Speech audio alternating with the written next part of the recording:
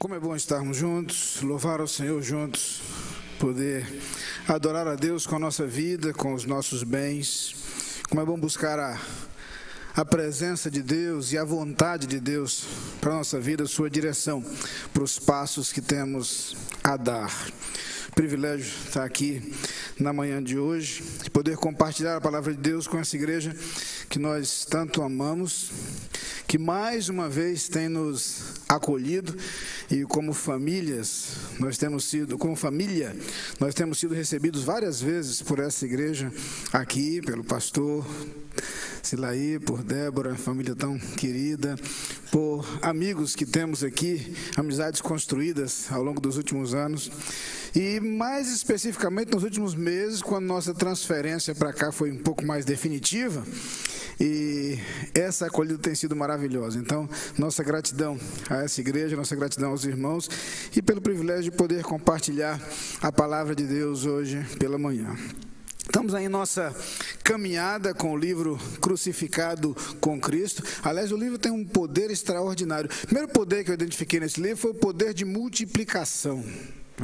Há 2 domingos atrás nós viemos, compramos 2 livros e aí nos sentamos para almoçar na mesa e de repente quando saímos do almoço, ao invés de 2, tínhamos 3 livros. Alguma coisa aconteceu que os livros já haviam se transformado em 3. Descobri que alguém deixou o livro lá, então nós depois devolvemos para a igreja. Se você estava com a gente na mesa e o seu livro viveu a experiência inversa, a experiência do desaparecimento, então já está explicado o fenômeno, o milagre está explicado e você pode pegar depois seu livro na igreja.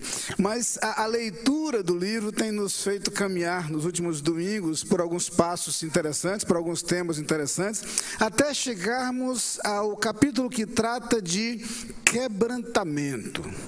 E, embora essa palavra não seja usada com muita frequência em nossos dias, mas vai ser possível conhecer um pouquinho mais do seu significado de forma prática em nossa caminhada da manhã de hoje. Eu queria começar lendo um versículo da Bíblia que está no 2º livro das Crônicas. O capítulo é o capítulo 7, o versículo 14. O texto é conhecido e a gente pode inclusive dizer juntos, acho que podemos declará-lo juntos aí. Vamos lá? E se o meu povo, que se chama pelo meu nome, se humilhar e orar, e buscar a minha face, e se converter dos seus maus caminhos, então eu ouvirei dos céus, e perdoarei os seus pecados, e sararei a sua terra.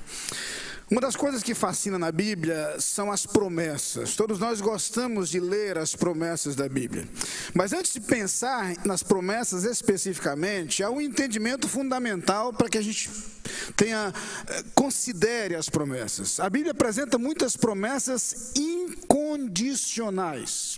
São profecias a respeito daquilo que Deus fará de qualquer forma. Então nós temos no Antigo Testamento as profecias a respeito da vinda do Filho de Deus, da vinda de Cristo ao mundo. E nada poderia mudar esse projeto de Deus estabelecido desde o início. Nada alteraria aquilo que Deus havia planejado e declarado. Hoje nós vivemos com a promessa da segunda vinda de Cristo. E nada, absolutamente nada mudará isso. Nada mudará o que temos diante de nós. Nada mudará o que vai acontecer. Na minha região se diria, pode chover canivete, né? Não vai mudar. Mas a Bíblia apresenta muitas promessas que são condicionais. Promessas de coisas que podem acontecer ou não. E aí parece assustador pensar em profecias que não se cumprem, mas acontece isso, por exemplo, quando Deus diz a Jonas que vá a Nínive e fale que aquela cidade será subvertida e não acontece. Mas há também coisas boas, algumas vezes prometidas, que não se realizam, que não se tornam realidade, porque são promessas condicionais.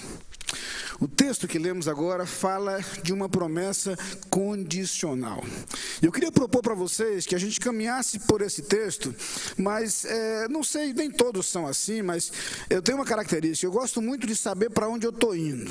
Eu gosto de ter um plano de voo diante de minha face, diante dos meus olhos, e o pastor Felipe participamos de um treinamento esse final de semana ali em Orlando, e eu pude descobrir um pouco mais por que eu sou assim. Mas a verdade é que eu gosto das coisas definidas. Então, eu quero propor para vocês hoje uma maneira de caminhar diferente, certo? Eu queria começar o sermão já apresentando o esboço completo para vocês, tá certo? Então, vamos lá. A mensagem de hoje tratará de alguns aspectos desse texto que nos farão observar em partes alguns conceitos importantes. A primeira parte tem a ver com identificação. A expressão usada por Deus ao se referir a nós, ele diz: o meu povo, que se chama pelo meu nome.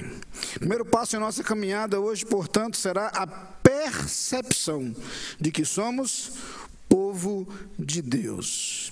Mas aí vamos avançar um pouco mais. E o segundo passo, e nele nós nos concentraremos por mais tempo, tem a ver com uma condição estabelecida por Deus. Mencionei que a profecia, nesse caso, é condicional.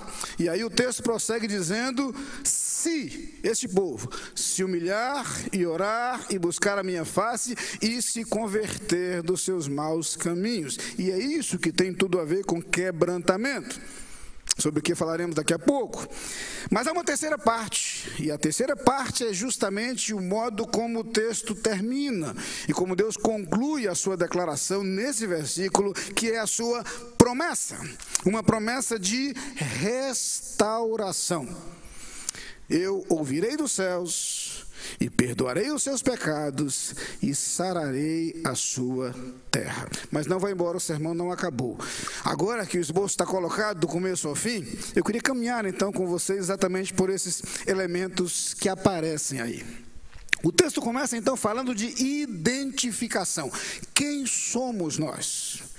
No Antigo Testamento, isso aparece algumas vezes. Deus fala do seu povo. No Salmo 100, no versículo 3, um texto muito conhecido, recitado e cantado por nós, o salmista diz: sabei que o Senhor é Deus, foi Ele que nos fez, e não nós a nós mesmos. Somos o povo seu e ovelhas do seu pasto. Mas há um detalhe interessante: na transição do Antigo para o Novo Testamento, começa a haver uma certa dificuldade. A que povo Deus se referia? Ao longo do Antigo Testamento, Deus está falando do povo de Israel, o povo convocado por Ele para uma missão, para uma tarefa. O que não fica claro para aquele povo é a proposta inclusiva do plano de Deus. Quando Deus falou com Abraão, lá atrás, em Gênesis 12, ele diz: em ti serão benditas todas as famílias da terra. Ele não conseguiu captar, talvez, o que isso significava. E ao longo do Antigo Testamento, essa dificuldade prossegue. Para voltar à história de Jonas, Jonas jamais imaginaria que Deus seria generoso com os ninivitas, aquele povo miserável que merecia mais morrer mesmo. Mas a Bíblia começa a falar desse amor universal de Deus. E no Novo Testamento nós entendemos que o projeto de Deus para o seu povo inclui aqueles que por meio de Cristo Jesus passam a ser família de Deus. Paulo fala muito sobre isso, porque havia os judeus que achavam que somente se alguém se tornasse judeu, submetendo-se inclusive à circuncisão, poderia ser incluído nesse povo. Depois Pedro dá sua contribuição, e Pedro chega a escrever a gentios, a não-judeus, e no capítulo 2 da primeira carta de Pedro, nos versículos 9 e 10, ele diz assim: vós sois a geração eleita, o sacerdócio real, a nação santa, o povo adquirido, para que anuncieis as virtudes daquele que vos chamou das trevas para a sua maravilhosa luz. Se alguém tivesse alguma dúvida a quem ele se referia, ele completa dizendo: vós que em outro tempo não erais povo, e agora sois povo de Deus, que não tinhais alcançado misericórdia, e agora alcançastes misericórdia. Fica claro então que aqueles que por meio de Cristo Jesus se tornam família de Deus, são o seu povo. Nós somos povo de Deus, nós somos a nação santa, nós somos o sacerdócio real, nós somos o povo adquirido pelo preço altíssimo do sangue de Jesus. E se nós somos esse povo de Deus, e aí nosso primeiro passo é a nós que Deus dirige também as palavras encontradas nesse texto. Entendido então quem somos, começamos a refletir sobre a condição proposta por Deus para que sua vontade se realize em nós. E ele começa a falar daquilo que ele espera em nós. Quebrantamento. Esta condição para que as promessas de Deus se realizem em nossa vida. Se o meu povo se humilhar e orar e buscar a minha face e se converter dos seus maus caminhos. O texto começa lembrando que o primeiro passo necessário para o nosso relacionamento com Deus é a humildade. Humildade que tem a ver com o reconhecimento de quem nós somos. Há um detalhe curioso, é que o verbo hebraico aí, kanar, traz a ideia de estar sob, estar embaixo de, mas também a ideia de submeter-se, de sujeitar-se.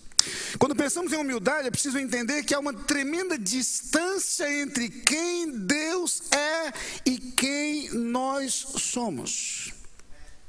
Há uma diferença entre o poder de Deus e nossa limitação. Há uma distância entre a perfeição de Deus e nossa fragilidade. Há uma diferença abissal entre a santidade de Deus e nossas falhas, os nossos erros.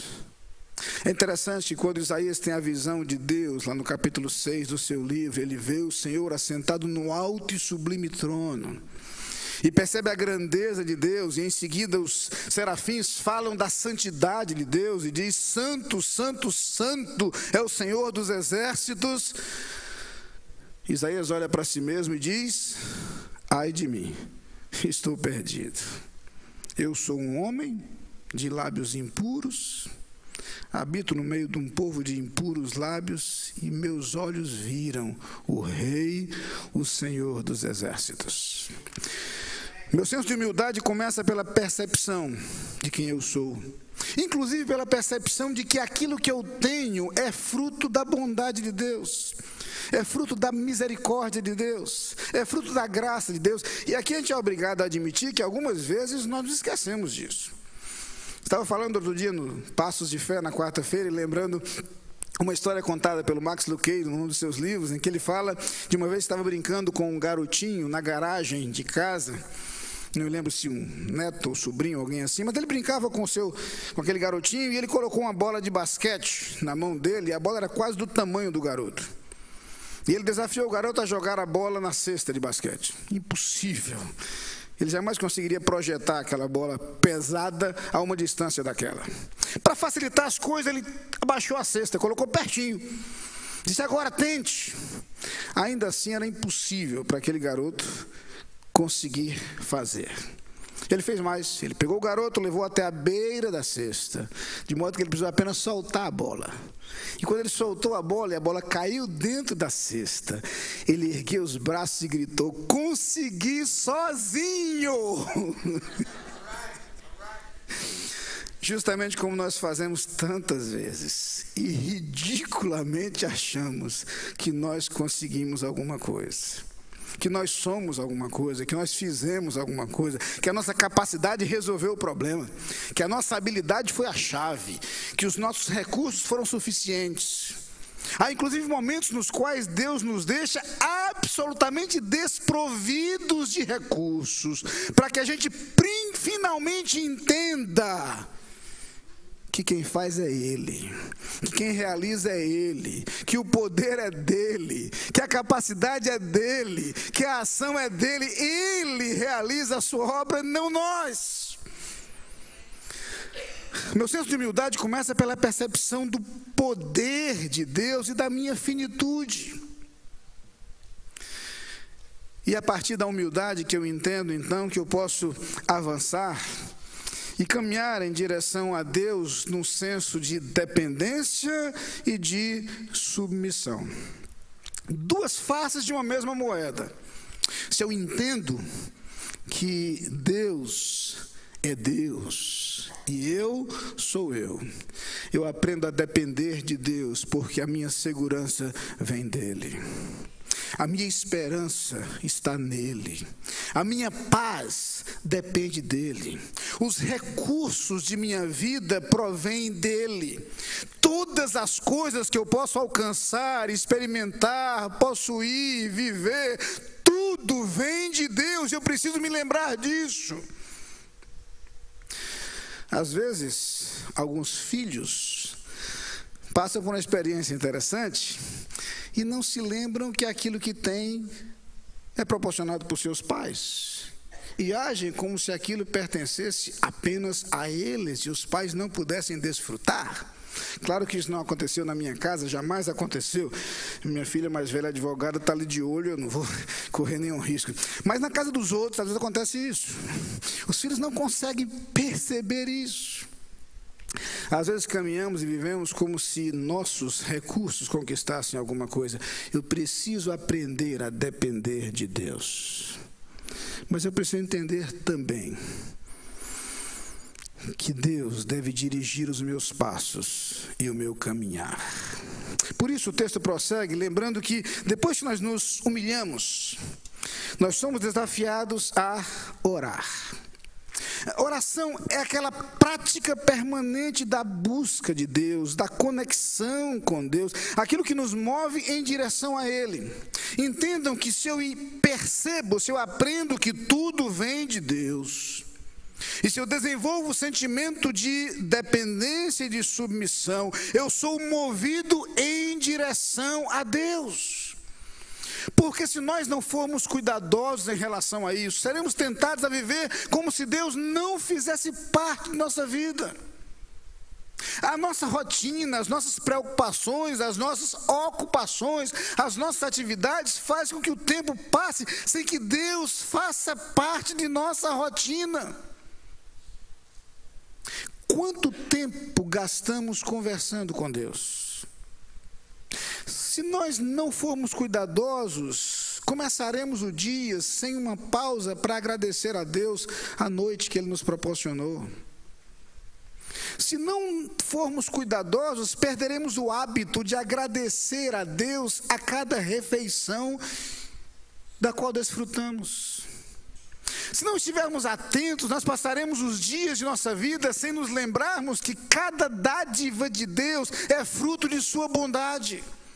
E mais que isso, correremos o risco de caminhar os nossos dias, de viver os nossos relacionamentos e até mesmo de tomar as nossas decisões sem que Deus faça parte de nossa vida. Como povo de Deus que entende o seu lugar, nós precisamos orar. A comunicação com Deus tem que ser parte de nossa rotina. Tem que ser parte de nossa prática diária. Tem que ser parte do nosso dia a dia. Por isso o texto fala que não apenas devemos orar, e pela oração costumamos buscar as bênçãos de Deus, mas Deus quer ser mais claro e mais explícito ainda, e diz: e buscar a minha face. Buscar a face de Deus é mais do que orar. É estar pronto a sujeitar-se à vontade de Deus. É aprofundar o relacionamento com Ele, de tal maneira que nós estamos cada dia mais conectados com Ele, cada dia mais próximos a Ele, e cada dia mais parecidos com Ele. Gosto de falar sobre isso porque relacionamento não apenas nos aproxima, relacionamento nos assemelha. Já perceberam isso? Aproxime-se de um casal com 50 anos de casados. Eles se parecem. Não apenas eles parecem pensar do mesmo jeito, fazer as coisas do mesmo jeito, gostar das mesmas coisas, mas eles se parecem até fisicamente. Pode observar que pastor só procura mulher bonita para casar. É que a gente já descobriu essa sacada lá atrás. Para ver se dá uma melhoradinha, né? Porque, sinceramente, a verdade é que o relacionamento nos faz mais conectados, mas nos faz semelhantes. Deus quer o seu povo pertinho dele. Deus quer o seu povo caminhando com ele. Deus quer o seu povo buscando a sua companhia, buscando a sua presença. A Bíblia fala de um homem que Deus se empolgou tanto porque ele andava com Deus, que Deus levou ele para andar com ele lá. Como Deus se alegra quando nós caminhamos com ele, quando nós vivemos com ele, quando nós permitimos que ele faça parte de nossa vida, que ele tome parte em nossa rotina, que ele esteja dentro de nossa família, que ele acompanhe nossas decisões. Como ele se alegra quando nós dividimos com ele os nossos pensamentos e abrimos o nosso coração para ele, até mesmo nossas queixas, nossas lamúrias. Nem sempre nós estamos dispostos a ouvir queixas e lamentações dos outros, mas Deus propõe exatamente que nós derramemos o nosso coração para ele, lançando sobre ele toda a vossa ansiedade, porque ele tem cuidado de vós. Deus nos quer próximos a ele para caminhar com ele, inclusive para buscar a vontade dele. Deixe-me abrir um parênteses aqui. Buscar a face de Deus significa buscar a vontade de Deus. E sejamos honestos, nem sempre nós estamos prontos a buscar a vontade de Deus, porque nós nos agarramos à nossa própria vontade. Eu tenho um desafio para você, e eu abro um parênteses aqui na mensagem para dizer isso. Nos próximos dias, essa igreja caminha para tomar uma das decisões mais importantes de sua história. E todos nós, sem exceção, precisamos desejar a vontade de Deus. Nós precisamos abrir o nosso coração e dizer para Deus o que nós pensamos, o que nós sentimos, o que nós desejamos. Mas nós precisamos buscar a face de Deus e dizer: Senhor, faça a tua vontade. Sabe por quê? Porque eu tenho uma esperança muito grande no meu coração de que, se nós fizermos isso, nós não apenas acertaremos a vontade de Deus, como continuaremos juntos. Porque se a vontade de Deus prevalece, Deus nos manterá unidos, Deus nos manterá coesos, Deus nos manterá caminhando juntos, para que a sua vontade continue a ser realizada em nós. O povo de Deus precisa buscar a sua face. O povo de Deus precisa buscar a vontade de Deus. Mas o texto prossegue e vai falar então de um último elemento desse processo de quebrantamento. E diz: e se converter dos seus maus caminhos. A conversão é necessária. Não sei se você já percebeu, mas nós somos pecadores. Lamento, estou lhe dando uma notícia muito triste hoje. Mas somos pecadores. Todos o somos. Somos falhos, somos pecadores. Talvez você tenha ouvido aquela historinha, aquela versão apócrifa, segundo a qual, quando Jesus estava com a mulher adúltera diante das pessoas, e as pessoas queriam apedrejá-la, então Jesus teria dito: aquele que nunca errou, que atire a primeira pedra. E quando alguns baixaram a cabeça, só se ouviu a pancada e o barulho da pedrada. A mulher caiu, e então as pessoas se voltaram para um distraído que estava olhando e disse: meu filho, você nunca errou dessa distância, não? A verdade é que nós todos falhamos, nós todos erramos.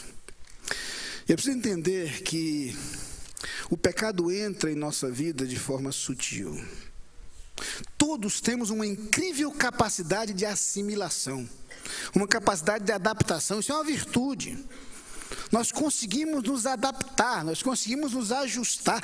Querem ver um exemplo de adaptação e ajuste? É um bicho chamado imigrante. Incrível, impressionante, porque esse camarada consegue se ajustar, consegue se adaptar. Nós somos assim. Resistimos um pouco no início, reclamamos um pouco no início, depois vamos cedendo, vamos acomodando, vamos ajustando. Fantástico, a gente consegue se acostumar com tudo. Lamentavelmente, porém, essa é uma das armas do inimigo para infiltrar o pecado em nossa vida. Porque com o tempo, às vezes, a tentação vai minando nossas resistências. E nós começamos a ceder em algumas coisas que não são pecado. E algumas coisas que não tem nada de mais. E nós começamos a ceder espaço, a ceder espaço, a ceder espaço.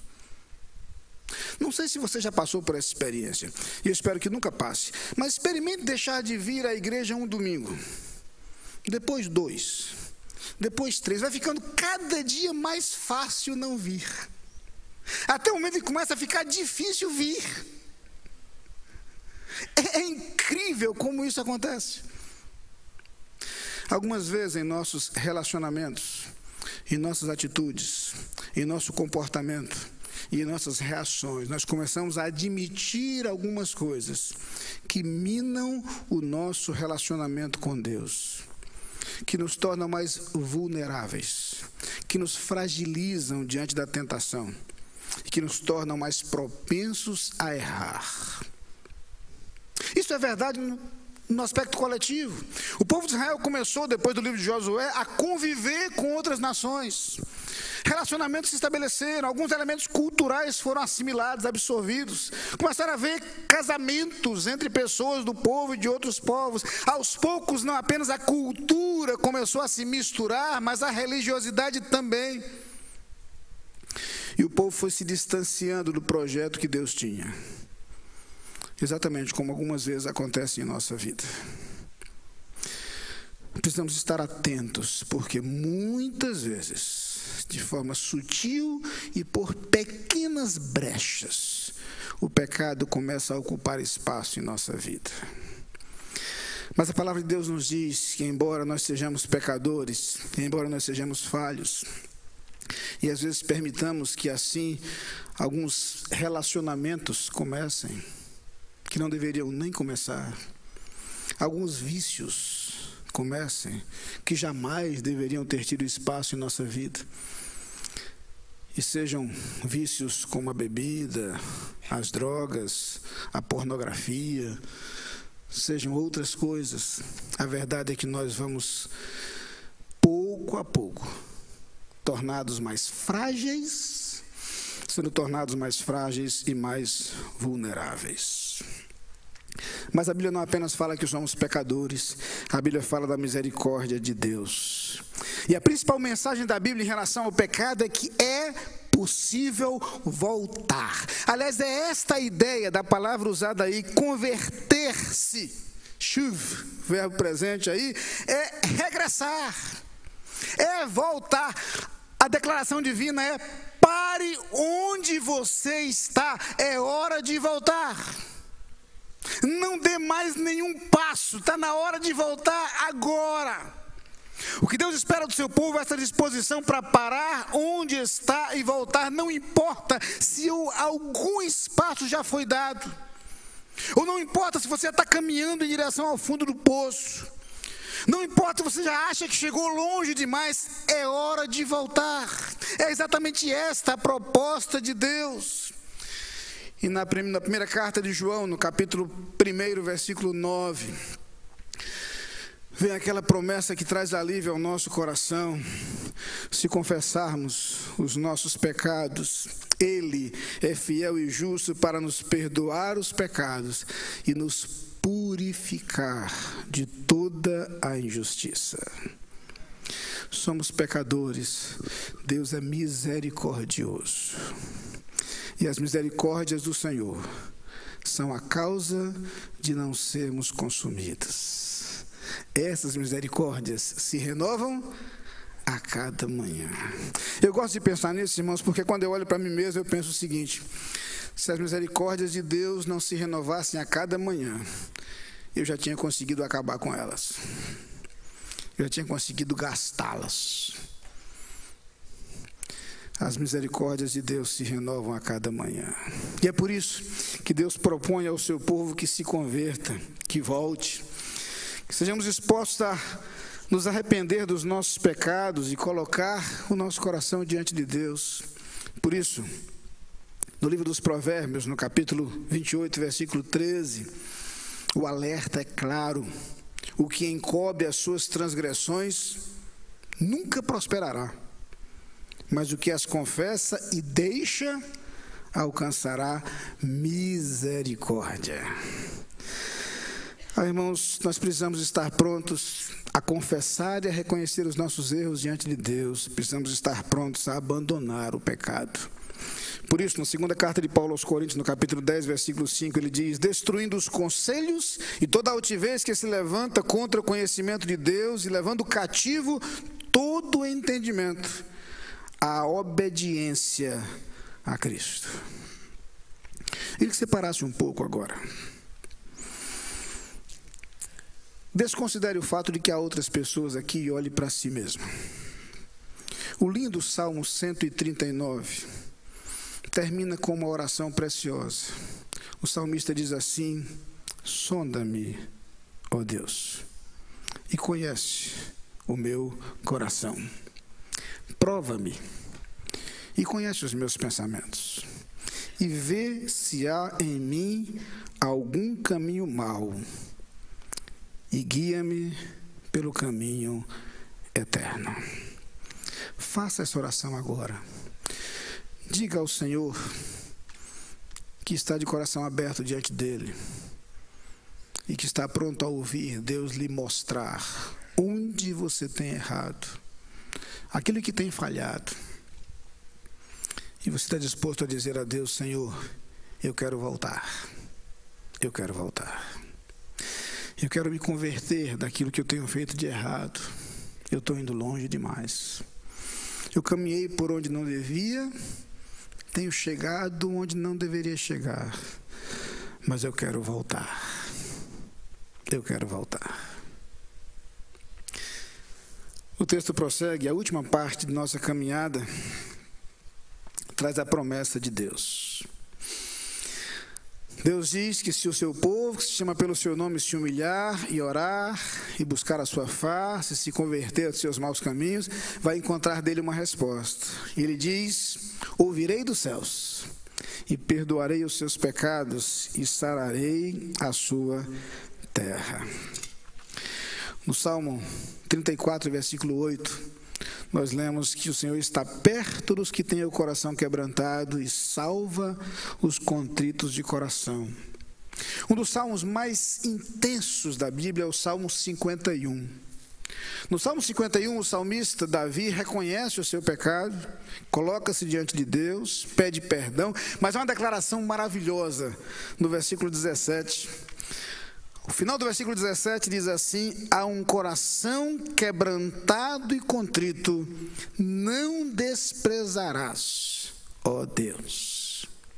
Sabe por que Deus diz: ouvirei dos céus, perdoarei os seus pecados, sararei a sua terra? Porque Deus é poder e Deus é amor. E nessa hora o poder e o amor de Deus se encontram. Porque Deus é amor, Ele nos perdoa. Porque Deus é poder, Ele nos restaura. É essa a promessa clara da palavra de Deus. O nosso Deus é o Deus da restauração. É o Deus que reconstrói, que faz novas todas as coisas. É o Deus que transforma circunstâncias, porque Ele transforma a nossa vida. É o Deus capaz de pegar-nos em sua mão como um vaso que se estragou e fazer um vaso novo. É o Deus que consegue reconstruir aquilo que nós destruímos. É o Deus que corrige aquilo que nós desarrumamos. É o Deus que conserta aquilo em que nós falhamos. É o Deus que restaura e restaura plenamente. Quando ele diz: sararei a sua terra, ele fala de cura. Cura. E como é bom saber que quando nós nos colocamos como seu povo diante dele, ele é capaz de nos restaurar, ele é capaz de nos curar. Isso é possível quando estamos quebrantados diante do Senhor. Por isso, queria que você curvasse sua cabeça nesse instante. Eu queria honestamente que você refletisse sobre o fato de que nós somos povo de Deus. Mas talvez haja algumas coisas que Deus tem esperado encontrar em você que Ele ainda não encontrou. Eu quero primeiro que você reconheça a grandeza, o poder e o amor de Deus em sua vida. E você diga ao Senhor agora: muito obrigado. Muito obrigado porque o que eu tenho vem de Ti. Muito obrigado porque a Tua bondade tem cuidado de mim.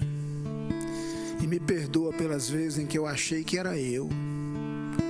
Me perdoa pelas vezes em que eu achei que a minha força iria resolver, a minha habilidade seria suficiente. Eu quero depender de Ti. Eu quero estar submisso a Ti. Mas eu quero que você vá além e diga: eu reconheço que eu não tenho tido a vida de oração que eu preciso ter. E eu quero dedicar mais tempo na presença de Deus. Eu quero buscar a face de Deus. Quero buscar caminhar com Deus a cada dia. Eu quero ter uma vida na qual Deus apareça mais, Deus esteja mais presente nas minhas ações, nas minhas palavras, nos meus projetos, nas minhas decisões, nos meus relacionamentos. Mas talvez você precise agora dizer para Deus: Senhor, eu pequei, eu tenho pecado, e tem algumas coisas em minha vida que eu sei que não te agradam, mas eu quero voltar. E eu quero pedir que o Senhor tire da minha vida agora aquilo que não te agrada. Eu te entrego aquilo que entristece o teu coração. Eu quero a força necessária para voltar. Eu quero a força necessária para mudar. Eu quero me colocar no teu altar para que a tua vontade se faça em minha vida. Toma a minha vida. Eu me prostro diante de Ti, quebrantado, reconhecendo que sou falho e pecador, mas eu quero depender de Ti. Eu queria orar nesse instante, mas se você está aqui nessa manhã e quer dar algum desses passos em direção a Deus, eu queria que você ficasse de pé onde você está. Talvez você queira dizer a Deus agora: tem faltado à minha vida uma atitude de oração. E eu quero orar muito mais. Tem faltado em minha vida o reconhecimento de que tudo vem de Deus. Eu quero parar de achar que eu é que consigo as coisas. Eu quero depender de Deus. Talvez você precise dizer agora para Deus: Senhor, tem faltado em minha vida a coragem para buscar a Tua vontade, porque eu tenho me apegado à minha própria vontade, mas eu quero que a Tua vontade se cumpra em mim. Quer dizer isso para Deus agora? Fique de pé. Ou talvez você precise dizer para Deus agora: Senhor, olha para o meu coração, aquilo que ninguém mais vê, aquilo que ninguém mais sabe, mas Tu sabes que eu preciso mudar. E eu quero colocar os meus pecados no Teu altar, porque eu quero voltar. Eu quero voltar. Eu não quero caminhar para longe de Ti. Eu não quero caminhar para longe da Tua vontade. Tira da minha vida aquilo que não Te agrada. Tira da minha vida aquilo que não Te agrada. Ou talvez seu desejo seja orar ao Senhor agora dizendo: Senhor, eu acredito no Teu poder. Por mais difíceis que sejam as coisas, eu creio no Teu poder para restaurar todas as coisas. Eu creio no Teu poder para restaurar a minha vida. Eu creio no teu poder para restaurar meus relacionamentos. Eu creio no teu poder para restaurar meu casamento. Eu creio no teu poder para restaurar minha relação com meus filhos. Eu creio no teu poder para restaurar minha vida que está totalmente desarrumada. Eu creio no teu poder para restaurar minha igreja. Eu creio no teu poder para restaurar todas as coisas que precisam do teu agir. Fique de pé nesse instante para fazer essa oração. Nós vamos orar colocando diante de Deus, certos de que a sua promessa é verdade. Ouça o que Ele está lhe dizendo agora. Se o meu povo, que se chama pelo meu nome, se humilhar e orar e buscar a minha face e se converter dos seus maus caminhos, eu ouvirei dos céus, perdoarei os seus pecados e sararei a sua terra. Que Deus nos dê a alegria de ver cumprida a sua promessa de restauração em nós. Vamos orar? Pai querido, como é bom saber que não é sobre nós, é sobre Ti. Como é bom saber que não é o nosso poder, é o Teu poder. Como é bom saber que não é a nossa vontade, é a Tua vontade. Como é bom saber que não é o nosso amor, é o Teu amor. Como é bom saber que não é a nossa misericórdia, é a Tua misericórdia. Como é bom saber que não são os nossos pecados, é a Tua santidade que age em nós. Nós nos sentimos Teu povo. E como Teu povo, nós nos colocamos diante de Ti nesse instante para dizer: Senhor, nós cremos na Tua promessa. Nós acreditamos no Teu agir. E nós queremos ver cumprida esta promessa em nós. Por isso nós, como Teu povo, estamos dizendo agora que nós vamos fazer isso. Nós vamos nos humilhar. Nós vamos orar. Nós vamos buscar a Tua face. Nós vamos voltar daquilo que não tem Te agradado. Nós nos prostramos no Teu altar para dizer que a Tua vontade dirige a nossa vida. Que o Teu poder transforme a nossa vida. Que a Tua graça alcance os nossos pecados e purifique o nosso coração.